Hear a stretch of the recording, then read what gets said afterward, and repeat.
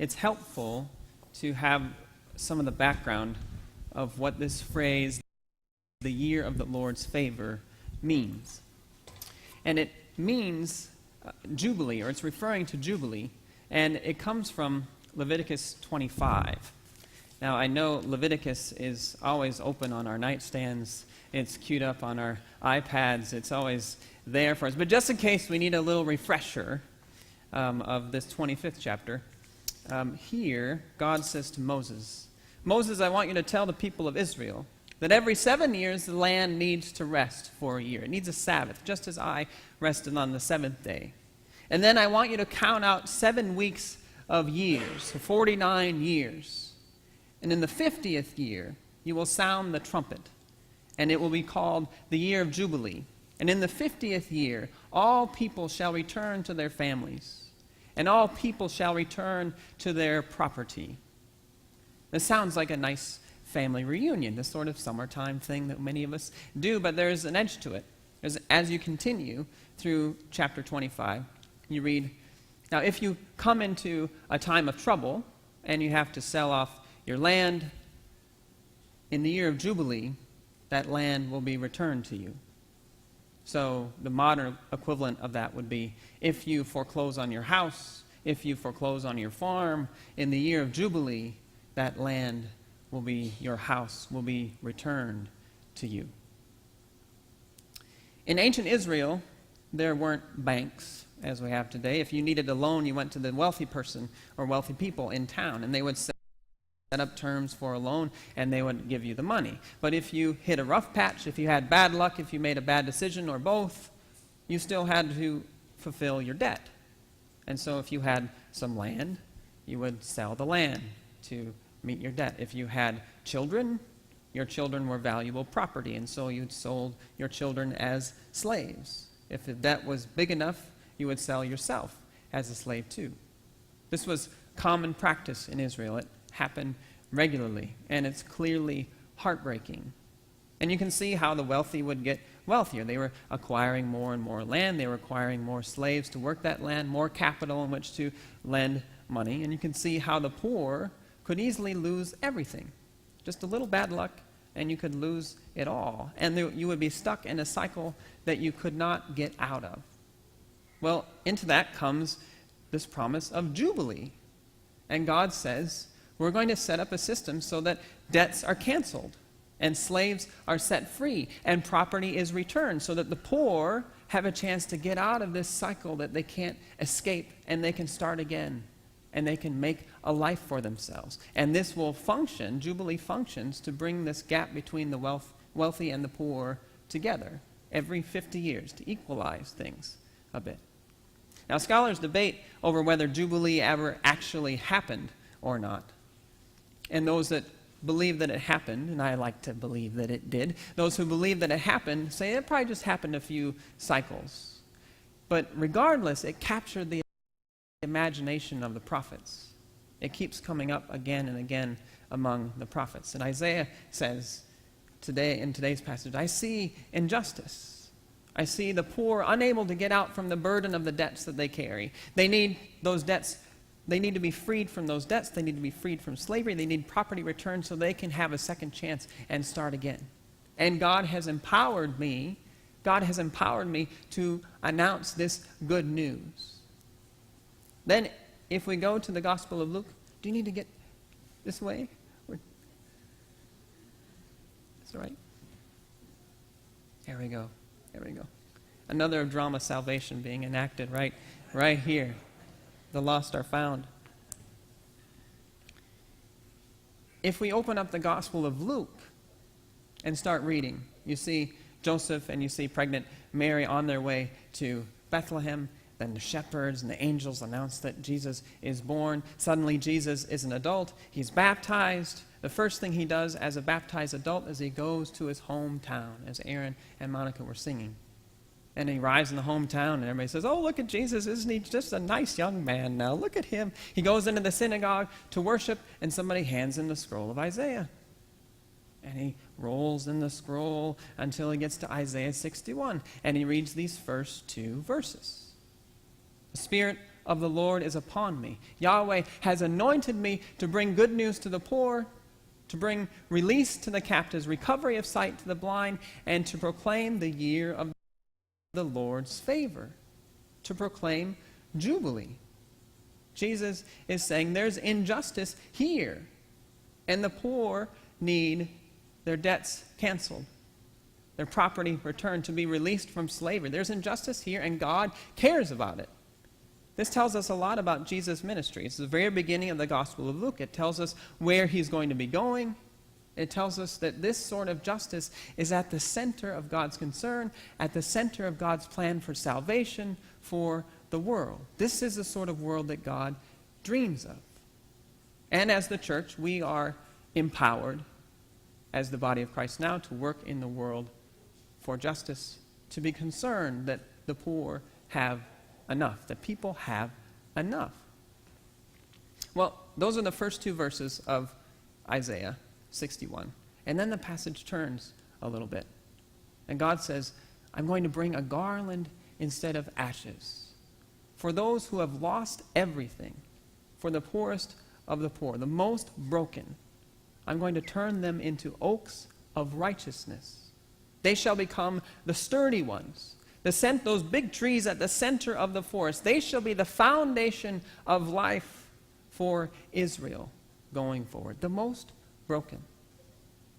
And what this passage is saying is that God's Spirit can take our brokenness, the brokenness that we share with one another, the brokenness in our individual lives, and God can transform it. That God's Spirit can take the brokenness that we carry as individuals, the deepest pain, our deepest wounds, those wounds that keep messing up our lives. And God can make them not just a little better, not just tolerable, but turn them from weakness into what's strongest in us, into a foundation for future health and wholeness for us. And God can do the same for our society, for our culture, for our world. God can do new things like this. This is a bold claim that God can bring transformation like this. But we're invited to trust it. We're invited to look for God's action like this in our lives and in the world. To imagine a garland instead of ashes. To imagine it so much that we begin to see it in our lives and see God at work. I'm going to play a song now.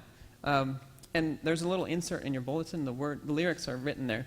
It's by Brian Sergio, who's a UCC pastor and songwriter.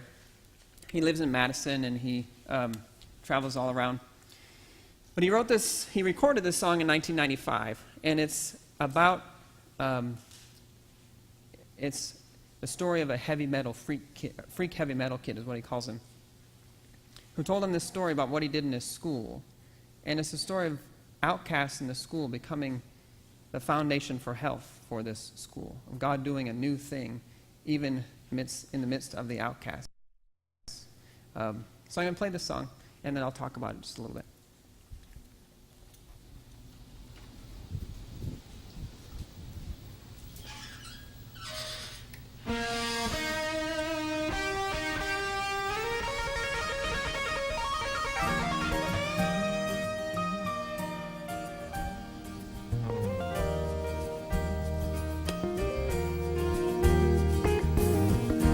Met this teenage heavy metal freak kid. He blew my mind away. When I found out about this thing he did in his school one day, he said, I've never gotten into all those cliquey groups at school. You see, someone's always left out, not everybody's cool. And then he went on this church retreat, and he heard how Jesus talked about a table where everyone belongs. He said, I got this wild idea. At first I had to think it through. You see, you can't be too direct these days with religious stuff at school. He said, I even said a prayer that God would show me what to do. And then he told me exactly what he did. He said, I found an empty table in the cafeteria. I put a sign in the middle that said friendship and love. And you don't need a click here, there's a place for everyone. There's room for every table of friendship and love.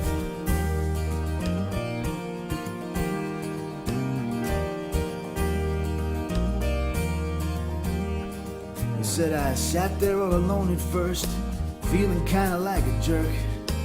He started thinking, maybe this idea is not gonna work.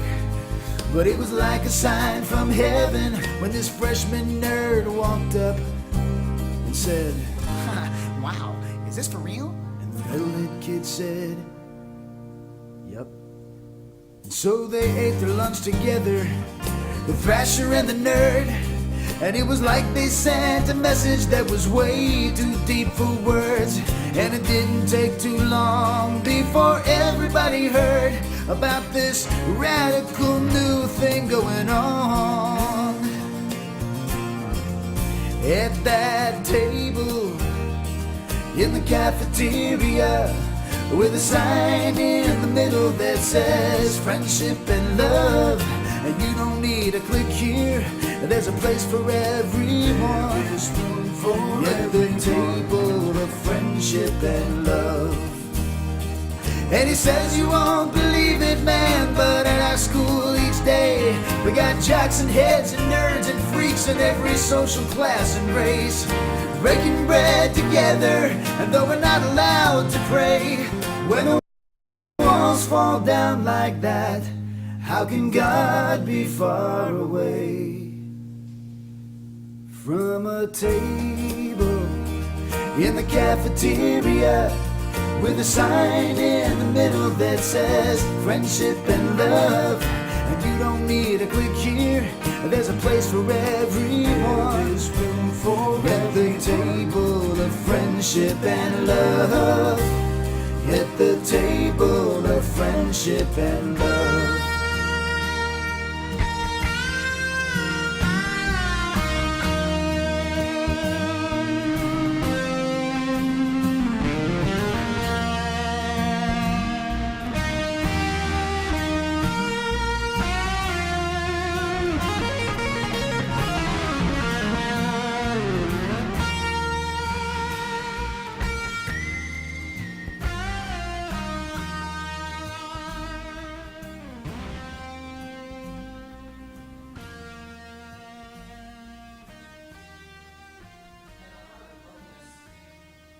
The heart of the brokenness in that school is the idea that only some people are valuable.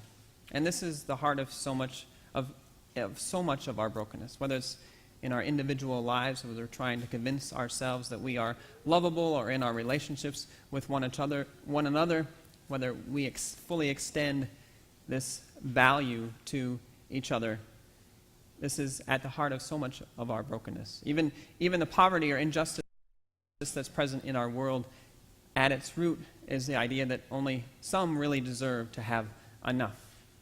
But in the story of the song, God's Spirit goes to the center of that brokenness, to youth who have no value in the eyes of their peers, and God completely turns it around so that they become the foundation of life for this school. And what they do, this action that is too deep for words, spreads out throughout the whole of the school until it gathers everyone in. This is something that we wouldn't be able to imagine happening. But here's a garland instead of ashes. God bringing life out of what we've given up for dead. And this is what God does. This is what God can do. This is the movement that God is making in the midst of our lives and our world. And we're invited to always be on the lookout for it. We're invited to trust that God is here doing these new things. And we're invited to participate in it, to add our lives to this work, in this place, in our relationships with one another, and as we go from this place. This is good news. Thanks be to God. Amen.